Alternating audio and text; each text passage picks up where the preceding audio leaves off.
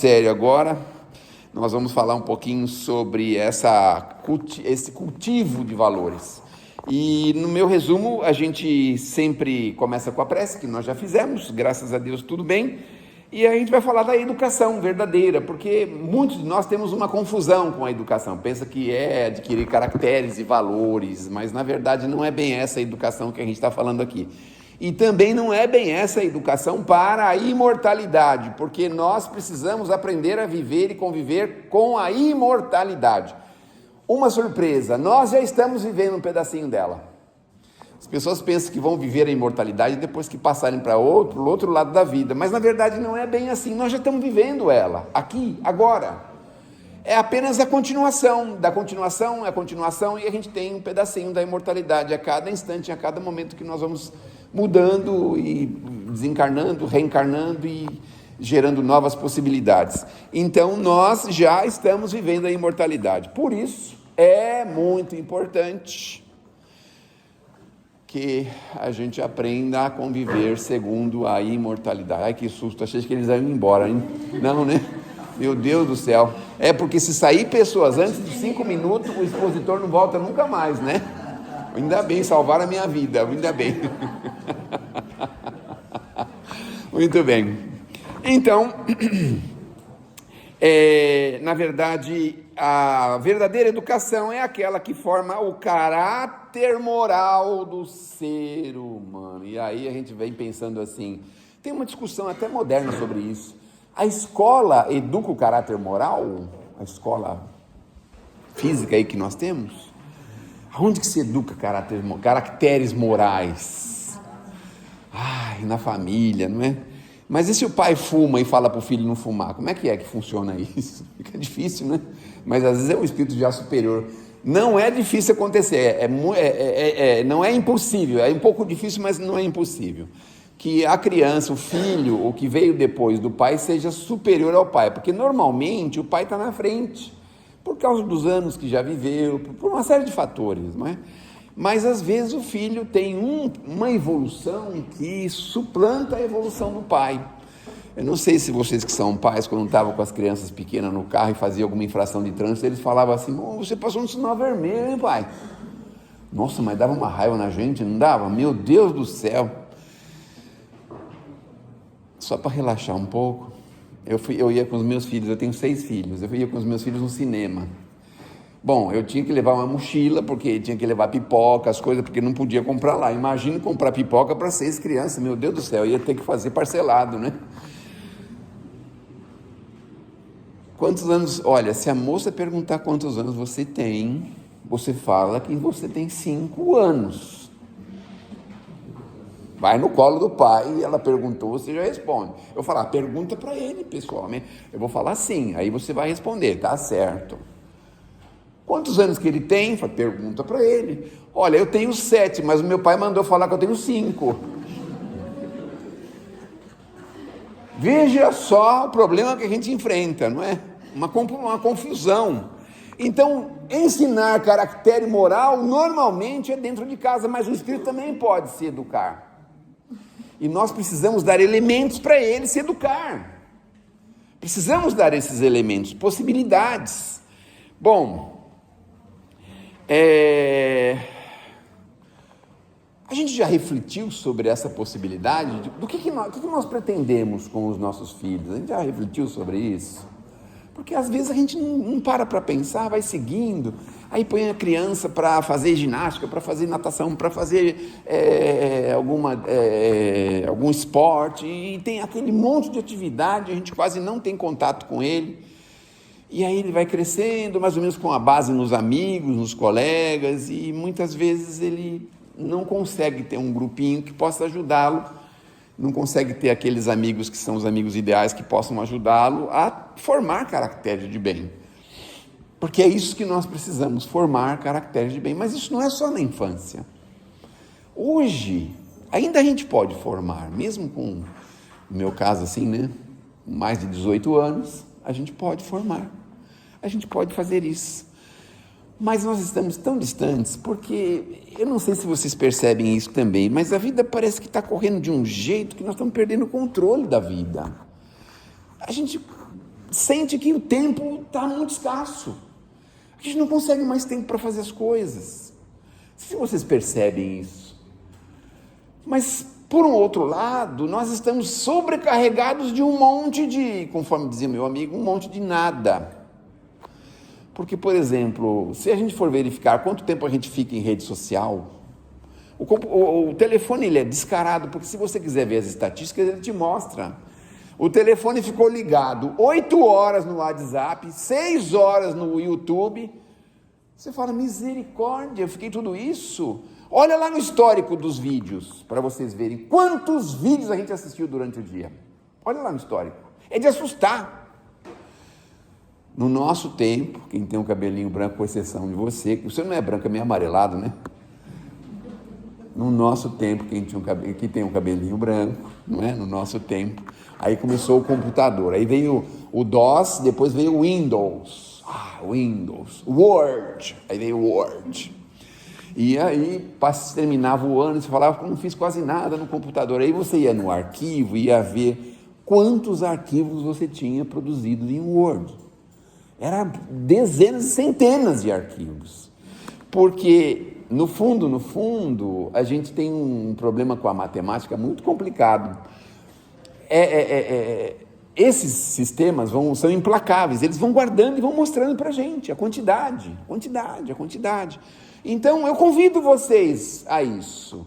Verifiquem quantas horas estão gastando com rede social. De repente, a gente pode, só uma sugestão, a gente pode pensar numa direção diferente, quer dizer, claro que pode ir lá ver as coisas que gosta, não tem problema nenhum, mas de repente a gente poderia usar isso a nosso favor.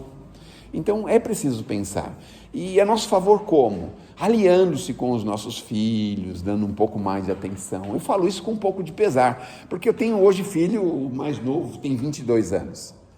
É com um pouco de pesar, porque a gente tem distância, eles têm distância da gente, eles não, sabe, é difícil eles acompanhar a gente em alguma coisa, raramente eu consigo trazer um filho, uma filha aqui, raramente, porque eles acham que estão na nossa frente, o pai não passa de um completo imbecil, desculpe o termo, mas normalmente é isso, não é isso que todo mundo pensa, só alguns, viu, é só alguns, não são todos não, só alguns. Porque eles têm lá a internet, então, por exemplo, assim, eles acham que pode consertar o carro, o chuveiro, pode fazer tudo olhando os vídeos da internet. E eles acham que podem resolver todos os problemas do mundo olhando os vídeos da internet. Então, às vezes ele pensa assim, mas meu pai, meu Deus do céu, olha as ideias dele. Olha as coisas que ele faz. Cada bobagem, olha só, para que fazer isso? Podia fazer palestra para 200 centros espíritas simultâneos. Bom, primeiro que não tem nenhum que aceite a minha. Se eu não tiver que vir aqui, se fosse pela internet, eles também não aceitariam, no meu caso não. Só pessoas muito mais capacitadas. Mas eu digo, às vezes eles têm essas coisas, esses pensamentos. Mas a ideia básica é que a gente ajude eles a formar. Vamos seguir em frente, vamos lá. Bom, sempre nós vamos passar por desafios, por crises. Eu acho que todo mundo já ouviu falar assim, nossa, nós estamos vivendo uma crise. Já ouviram alguém falar isso? Agora, com a guerra. Meu Deus do céu, guerra sempre teve no mundo, meu Deus, sempre teve. Mas e depois, o que vai acontecer? Não sabe o que vai acontecer. Então, crises e problemas a gente sempre viveu, coisas caras sempre houveram. Especialmente no Brasil, a gente ainda está aprendendo a lidar com as coisas, a gente não sabe direitinho. É mais ou menos um casal de jovenzinho que resolve morar sozinhos. Eles não conseguem lidar com muitas coisas. Tem um vazamento de água lá e tem que chamar o pai para ir lá, porque ele falou e viu na internet que era só ele pegar um grifo, que ele nem sabe o que é, virar o grifo para o lado anti-horário, que ele não sabe, porque ele não conseguiu entender o que é anti-horário, é antes das horas, como que é isso, não é? Para tirar um vazamento de uma torneira. Como é que a gente pode achar que o Brasil pode, sabe? Além do que, nós temos que contar com as pessoas que querem, normalmente as pessoas que querem alguma coisa que é muito interessante não são exatamente as melhores, mas enfim, vamos pensando nisso, que é muito importante nós buscarmos nos acertarmos uns com os outros. Tolerância, paciência dentro de casa, caracteres assim. sermos reconhecidos por termos carinho com os nossos familiares. Aqueles nomes carinhosos que a gente tem quando é namorado, sabe assim? Amor, linda, o que mais que é um nome carinhoso? Alguém me ajuda aí? Gorda, é um nome carinhoso? Meu Deus do céu! Mas é porque não é, porque se fosse não seria, né? Que mais? Dá uma ajuda aí, que mais que tem um nome carinhoso? Então, mas isso daí parece que é do tempo antigo, né? Quando a gente ia na escola, chamavam você de gordo, outros chamavam você de feio, e ficava tudo bem, estava tudo certo, mas, não é? Mas é um nome carinhoso, que eles se identificam, olha só, não se importa, não é? Não se importa. Mas eu sei que se me chamasse de gordo na escola, eu falava, eu sou gordo, mas posso emagrecer, e você que é feio, sabe? Assim, a gente já tinha a resposta pronta, não era assim? Mas então, ter um convívio social, um convívio íntimo, assim, suave, alegre. Aqueles que vivem com a gente podem identificar isso, sabe? Aquele casal que não briga, normalmente eles vão conversar, assim, quando estão sozinhos, algum assunto mais sensível, mais delicado, não fica brigando toda hora, chega a ponto até de se agredirem verbalmente, sabe, falarem palavras de baixo calão um para o outro, é uma coisa horrorosa, que a gente não precisa, que a gente pode temperar de uma forma melhor. Isso forma caracteres. Eu não sei se vocês sabem, mas a maior parte dos nossos irmãos e as nossas irmãs que estão encarceradas, a maior parte deles tiveram problemas graves na infância. A maior parte teve problema grave. Recalque de infância, um problema que eles não conseguiram resolver, querem resolver até hoje e não conseguem, porque já passou o tempo. Então eles não sabem o que acontece com a cabeça deles, que eles fazem umas coisas assim que não tem propósito. Bom, vamos seguindo mais um pouquinho. Onde está escrita a lei de Deus? Na consciência. Sabe quem fala isso? Os espíritos. Então, é mais ou menos dizer assim, a gente sabe aonde a gente está errando. A gente sabe. Então não precisa ninguém falar para a gente, você está errando, hein? A gente sabe. Porque a lei de Deus está na nossa consciência. Se você fizer uma reflexão profunda, você vai perceber isso. Às vezes, talvez por uma certa distração, a gente possa estar tendo algum comportamento que ofenda, que diminua ou que crie problema para o nosso semelhante. Mas às vezes um insightzinho, alguém dá um toquezinho de leve e a gente consegue perceber, puxa, isso não é legal mesmo. Especialmente com filhos, não é? Coisas assim que a gente muitas vezes faz e não percebe. Mas na consciência nós temos tudo o que nós precisamos para convivermos melhores uns com os outros. Você sabe que na doutrina espírita, a ideia básica e fundamental é a prática do bem mesmo, é a gente se habilitar para a prática do bem. E isso pode nos imunizar de grandes males. A prática do bem imuniza a gente de grandes males. Porque às vezes a gente recebe um espírito em casa que veio para se corrigir. E aí ele causa problemas. Mas se você está empenhado na causa do bem, na prática do bem, você consegue lidar com aquilo de uma forma mais altruísta. Ah, mas tem pessoas muito difíceis, é compreensível. Mas se você está na causa do bem, obviamente você lida com aquilo de uma forma diferente. Então você não se vitimiza, você não culpa as outras pessoas por determinados ponteiros que você mesmo entortou. Então você sabe lidar com uma situação delicada. Então você assume os teus erros, as tuas culpas. A gente assume.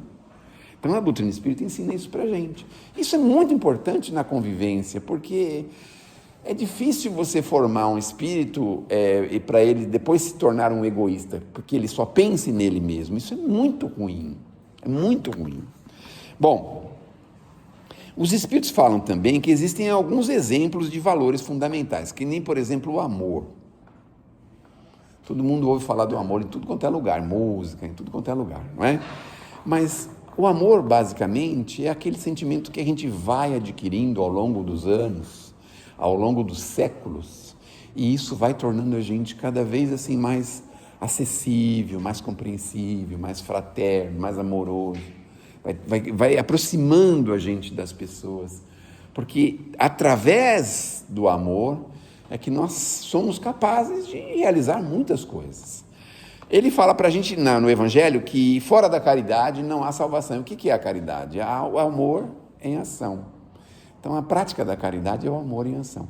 Então o pai e a mãe normalmente praticam muito a caridade dentro de casa. O maridinho vai para a rua buscar lá recursos, a esposa se desdobra para manter a casa em condições favoráveis, colocar os filhos para frente. Então todo mundo está ali num processo de renúncia, obviamente. E essa é uma das grandes bases, mas também tem o perdão, que a gente não aprendeu direito sobre o perdão. Desde quando nós viemos de família, as nossas famílias, a gente não aprendeu muito sobre o perdão, porque parece meio incógnita ainda na nossa cabeça. E hoje tem pessoas que sustentam a ideia de que não perdoam, de jeito nenhum. Mas é uma ideia ultrapassada, vamos dizer assim. Porque Jesus falava do perdão, comentou sobre o perdão, insistiu sobre o perdão, falou diversas vezes sobre o perdão, e a gente ainda não sabe muito bem como lidar com isso, porque você fala, eu vou esquecer aquele mal enorme que a pessoa me fez. Hoje eu fiquei surpreso pela manhã, porque eu li uma pergunta do Livro dos Espíritos, e ele estava falando assim, se no mundo espiritual superior, os espíritos têm ressentimento um com o outro. Ele falou, não tem ressentimento, porque aqueles entendem o que aconteceu. Que normalmente, às vezes a gente pode ser vítima, mas antes de ser vítima a gente já foi algoz. Olha só. Antes de ser a vítima de agora, a gente já foi algoz lá atrás. As leis do Criador funcionam perfeitamente. Então, mas foi um acaso, um destino. Não tem nada disso. As leis são perfeitas. Se você não tivesse que passar por determinadas dificuldades, você não passaria. Se você não tivesse que passar por determinados constrangimentos, você não passaria, óbvio que não. Então, as leis funcionam perfeitamente. É preciso o perdão, porque o perdão liberta a gente do mal. Vocês lembram no passado que tinha aquelas brigas de família? Fulano tirou a vida de não sei quem, aí aquela família do fulano que perdeu a vida vem para pegar alguém da outra família. Uma confusão assim, sem tamanho, que não se termina nunca, sempre tem alguém querendo ir atrás de alguém. Então, eu me lembro com clareza aqui, na esquininha aqui da José Maria, com a Barão do Rio Branco, que eu morei aqui uns anos atrás, tinha um Grupo Hélio, que era um açougue, e esse Grupo Hélio tinha um problema de família terrível, então não raras vezes morria um fulano do Grupo Hélio, aí mudava o nome para grupo não sei o quê, então era uma briga, uma disputa, um negócio tremendo, que não acabava nunca, assim, sabe? Não sei se acabou, porque deve ter acabado todos os membros da família, né? Mas agora não tem mais o Grupo Hélio, nem os outros grupos que vieram depois, mas é uma coisa triste quando a gente não consegue perdoar, e o perdão tem que começar a ser exercitado desde pequenininho. Tipo assim, a criança tem, 4 anos, 5. Se vê que hoje é diferente, mas antigamente, no dia 10, a mãe ou o pai recebia e ela ia no mercado e comprava um negócio chamado iogurte. Aí comprava uma bandeja de iogurte. Aí levava para casa, certo? E então a gente tomava talvez 1 ou 2 colherinhas do iogurte para ele durar o mês inteiro. Mais ou menos isso. Só que no final de semana vinham os primos.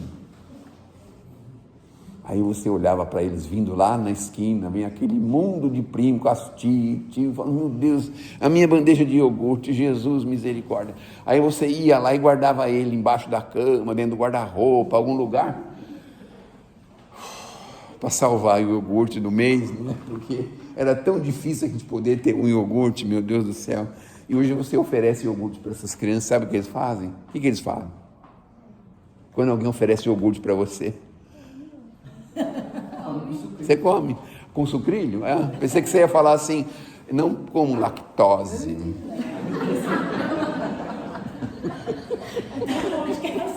Não é mesmo? Hoje não tem essa história de lactose, não sei o quê, tem um monte de coisa. E naquele tempo a gente comia capim, comia telha, cimento, tijolo, sabe? Estava tudo certo, meu Deus do céu. Desde criança, Natal, olha que beleza que era o Natal, o nosso Natal. Quem tem mais de 18 anos igual eu, não é? Aí você esperava o presente da tia, porque o pai e a mãe não podiam dar o presente. Aí você esperava, minha tia vai vir com o meu presente. E aí você ficava na janela, os meninos com a bola de capotão nova, outro com bicicleta, e as bonecas desse tamanho de cabelo, sabe, andando no meio da rua, barraca, as crianças se exibiam nas ruas. Aí a gente ficava olhando, logo a minha tia vai chegar, que beleza, né? Ufa! Aí a tia chegava, saía do carro, normalmente era um Gordini. A senhora já teve Gordini? Eu lembrei do amor. Ah, sim. Saía do Gordinho, pegava a bolsa dela e não pegava mais nada. Meu Deus do céu, será que o presente está dentro da bolsa dela? E naquele tempo não tinha Hot Wheels, não, ainda não tinha Hot Wheels. Aí cumprimentava a irmã dela, puxava um saquinho meio molenga dentro da bolsa dela e dava aqui o presente do seu filho, não posso, né? Aí aquele presente falava, misericórdia. O que ela dava? O que mais? E a gente usava meia, a gente usava cueca, meu Deus do céu! A gente aprendeu a perdoar, você viu só? Porque aí ainda agradava a tia quer que lave o carro para a senhora, só não dá um troquinho para me lavar o carro, sabe? A gente ainda fazia isso, né? Apesar de ela ter trazido para você uma meia, você nem usava meia, meu Deus do céu, o máximo que você usava era um chinelo, que chute era quem era rico, né? Quem não era rico não tinha que chute, era conga, talvez, sei lá, alguma coisa assim. Mas um outro sentimento forte que nós precisamos aprender e passar para os nossos filhos é o sentimento de humildade. Nós precisamos pensar na humildade sempre.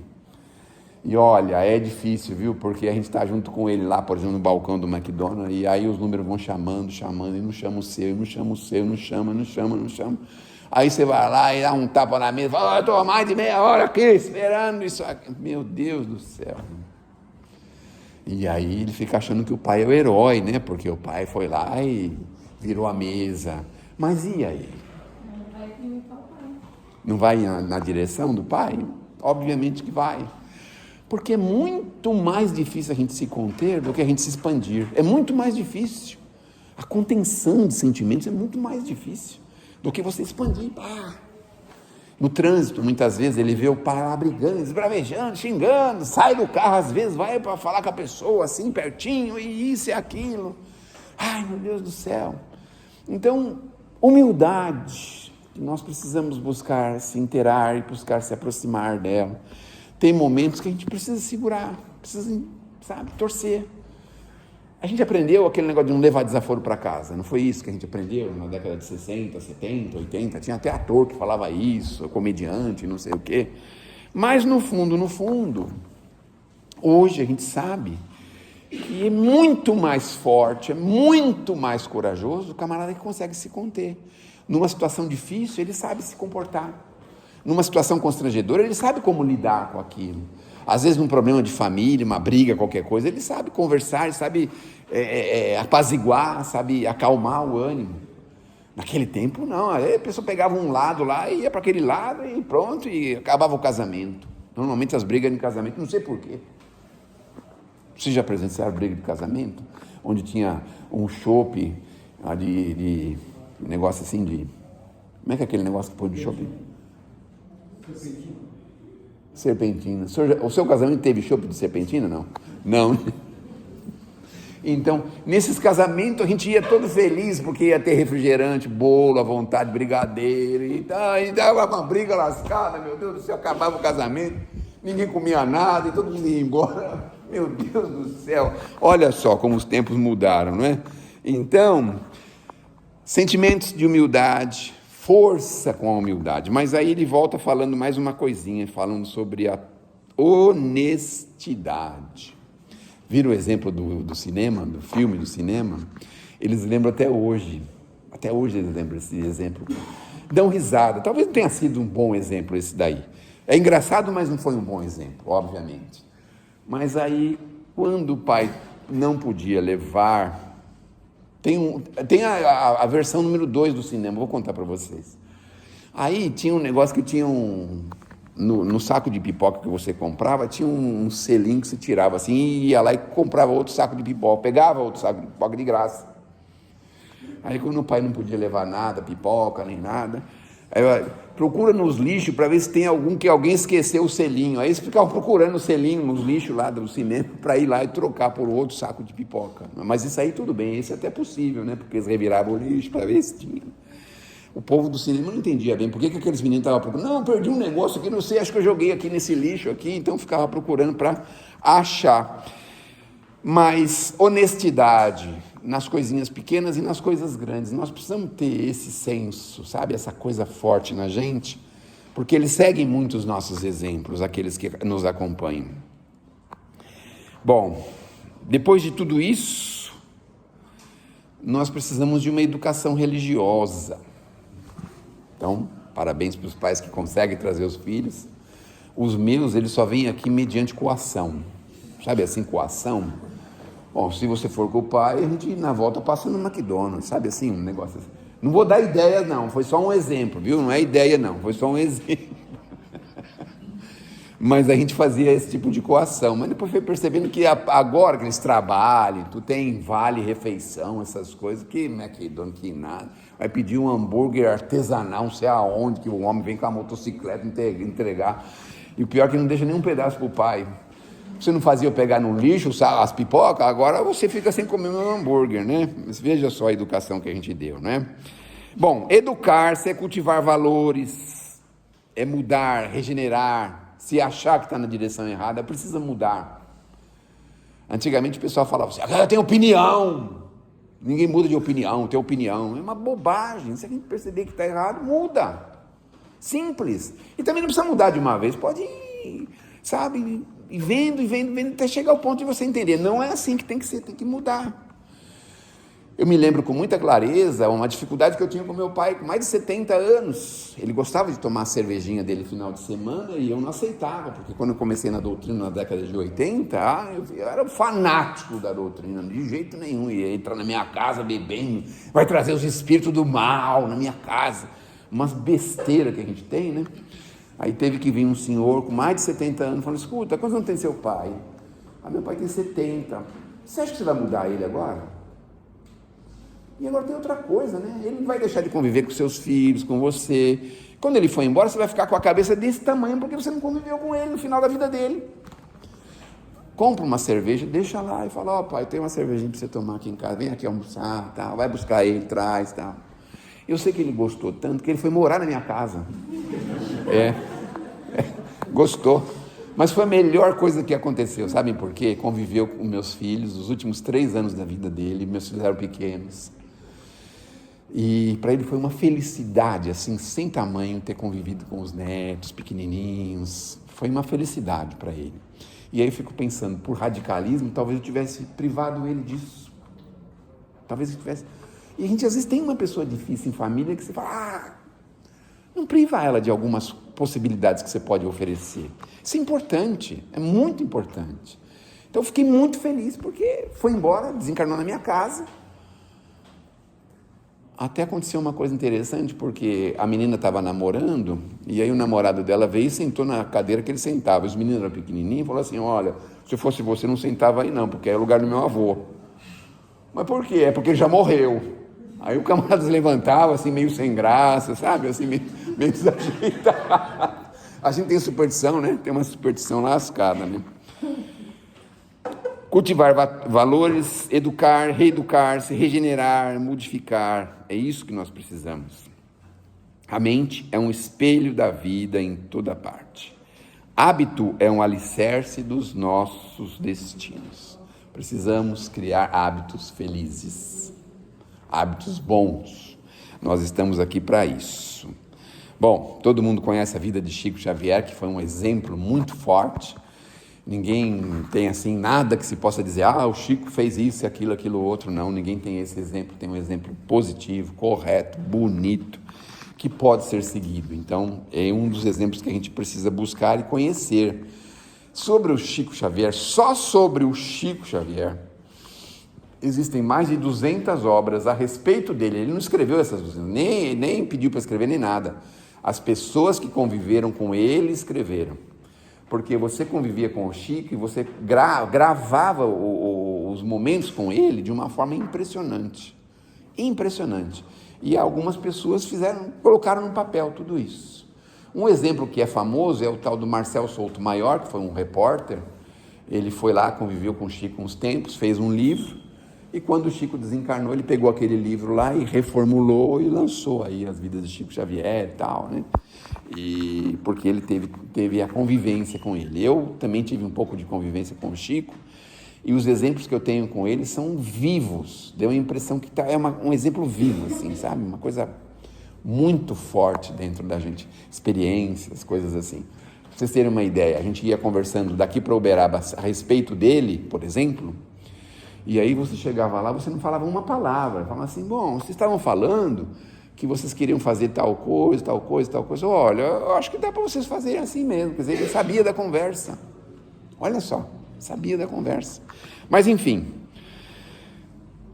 o que importa no mundo espiritual é o que a gente planta em forma de virtude, plantação de virtude. Vamos resumir, né? Vamos fazer. A prática do bem. A prática do bem vai revelando as nossas virtudes. É isso que importa, não é? Para isso a gente precisa comprar um espelho de corpo inteiro, olhar para o espelho e falar, quem sou eu? Tem coragem de perguntar quem é você? Porque às vezes a gente não se conhece. Tem uma revelação interessante, eu já falei isso aqui, mas acho que foi em um outro dia, no Livro dos Espíritos, que os espíritos falaram assim, o Kardec perguntou se os espíritos interferem na nossa vida. Olha a pergunta que ele faz. E aí eles respondem em 3 níveis de resposta. Interferem sim. Até aí tudo bem, né? Nossa, interfere, né? Aí eles continuam, respondem mais um pouquinho, falam assim, muito mais do que você imagina. Que já levantou o nível e fica pior. Sabe o que eles respondem no final? Não raras vezes são eles que dirigem sua vida. Você fala, meu Deus do céu, olha no espelho, olha para dentro de si mesmo, tem muita coisa que a gente faz que a gente não faria, que a gente certamente não faria, em sã consciência a gente não faria, é porque nós estamos sendo dirigidos por eles. É claro que a gente pode identificar se é uma boa direção ou uma má direção, porque os bons espíritos não inspiram senão o bem. Agora, a gente está na rua, por exemplo, e alguém faz uma provocação, a gente já responde, já quer ir atrás, já quer fazer, já quer acontecer. Que inspiração de quê? De que inspiração nós estamos tendo? Que tipo de inspiração? Uma inspiração ruim, óbvio, não é? Se alguém lança alguma conversa, uma fofoca a nosso respeito, que a gente quer devolver no mesma altura, quer fazer, quer acontecer isso. Obviamente que os espíritos bons não inspiram coisas que não sejam apenas o bem. Então dá para a gente definir isso e dá para a gente entender como que nós estamos vivendo. Então veja o que você fala, como que você fala, porque assim, dependendo do nível de orgulho, de vaidade, não é, de egoísmo que nós vamos falando, é mais ou menos o nível de espíritos que estão nos acompanhando e não raras vezes nos dirigindo a vida. Então é preciso tomar esse cuidado. Olha lá no espelho e volta a falar, escuta, como é que eu faço para tomar posse da minha vida? O que eu tenho que fazer? E aí os espíritos vêm de novo e falam assim, prática do bem, porque não existe espíritos infelizes que não se dobrem à prática do bem, não existe. Eles mais cedo ou mais tarde se dobram. E está cheio de exemplo disso na nossa codificação e nas nossas obras complementares do Chico. Por exemplo, André Luiz fala isso com clareza, tem lá um livro Libertação, e tem a Matilde, e a Matilde está sendo influenciada, quarto escuro, depressão profunda, não pode nem haver a luz, uma coisa assim terrível. E aí o André Luiz mostra lá como é que eles fizeram para tirar a Matilde daquela situação difícil, daquele problema grave que ela estava vivendo. Então, é isso que a gente pode aprender. Com a codificação a gente aprende essas coisas. É muito inteligente da nossa parte quando a gente consegue aprender com os exemplos. Quando a gente quer aprender batendo a cabeça, pode ser interessante, mas é muito mais interessante você aprender com os exemplos que você vê. Porque assim você vai mais rápido e mais para frente.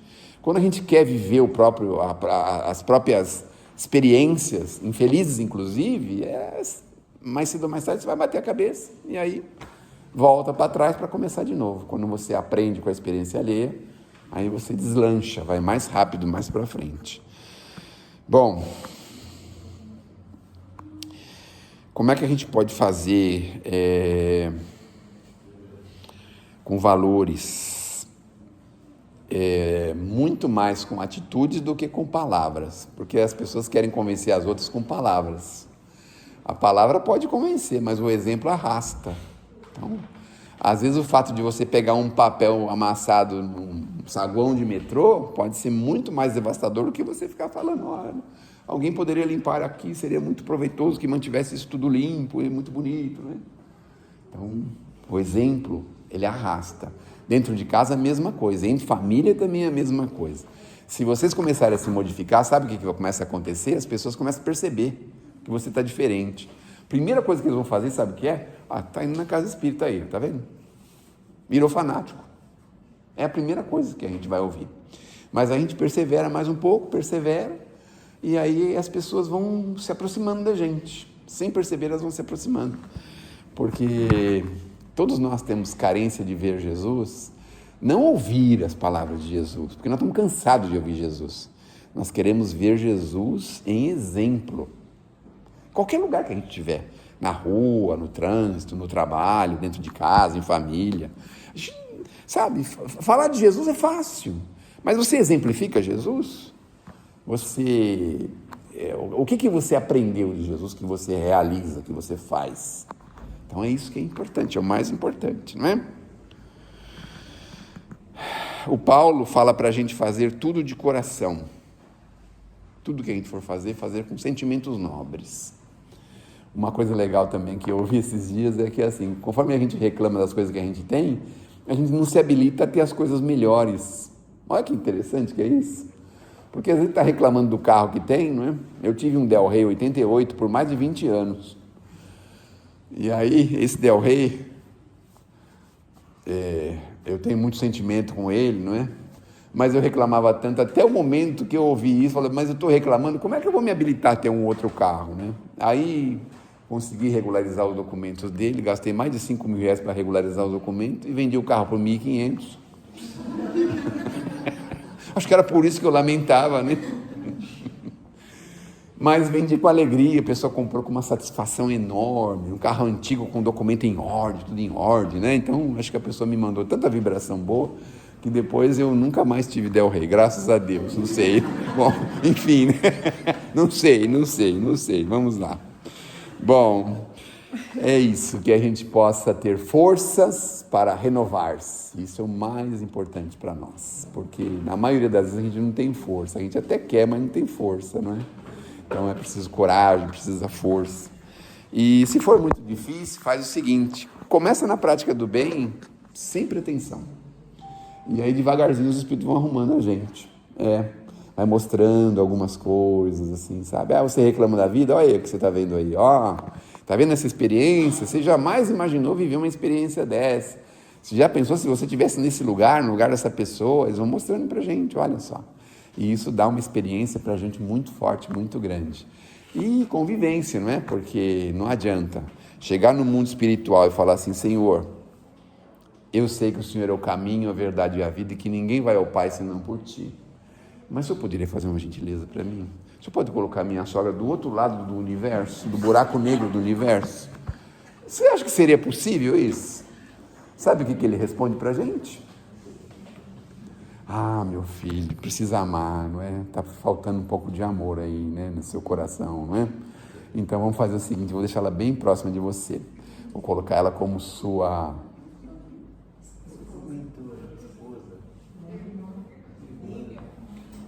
Olha, quantas opções que Deus tem, né? Para colocá-la bem pertinho da gente, né? Que Deus nos abençoe, que Jesus nos ilumine e não perca as esperanças, viu? Na próxima semana, pessoas muito capacitadas vão estar aqui com vocês. Não deixem de vir. Muito obrigado.